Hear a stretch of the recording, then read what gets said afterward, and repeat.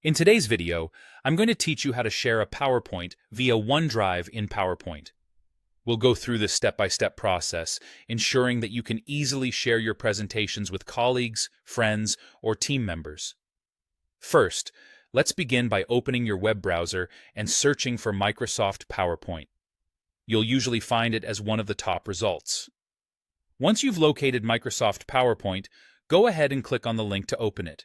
This brings you to the platform where you can work on your presentations. Next, you'll need to log in.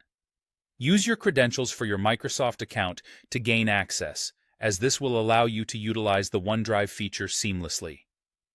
Upon logging in, find the PowerPoint presentation that you'd like to share.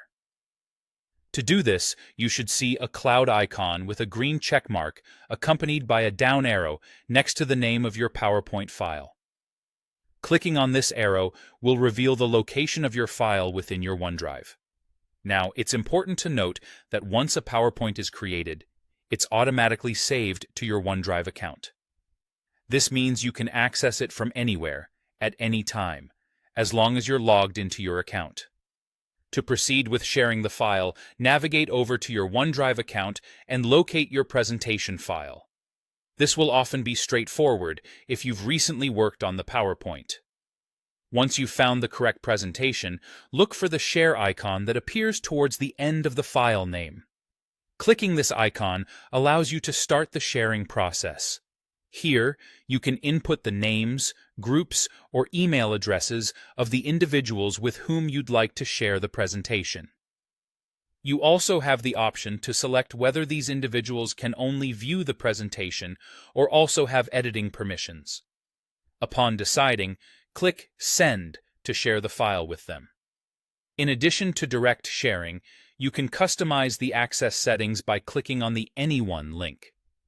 This customization option allows you to define access to either anyone, people with existing access, or specific people you choose.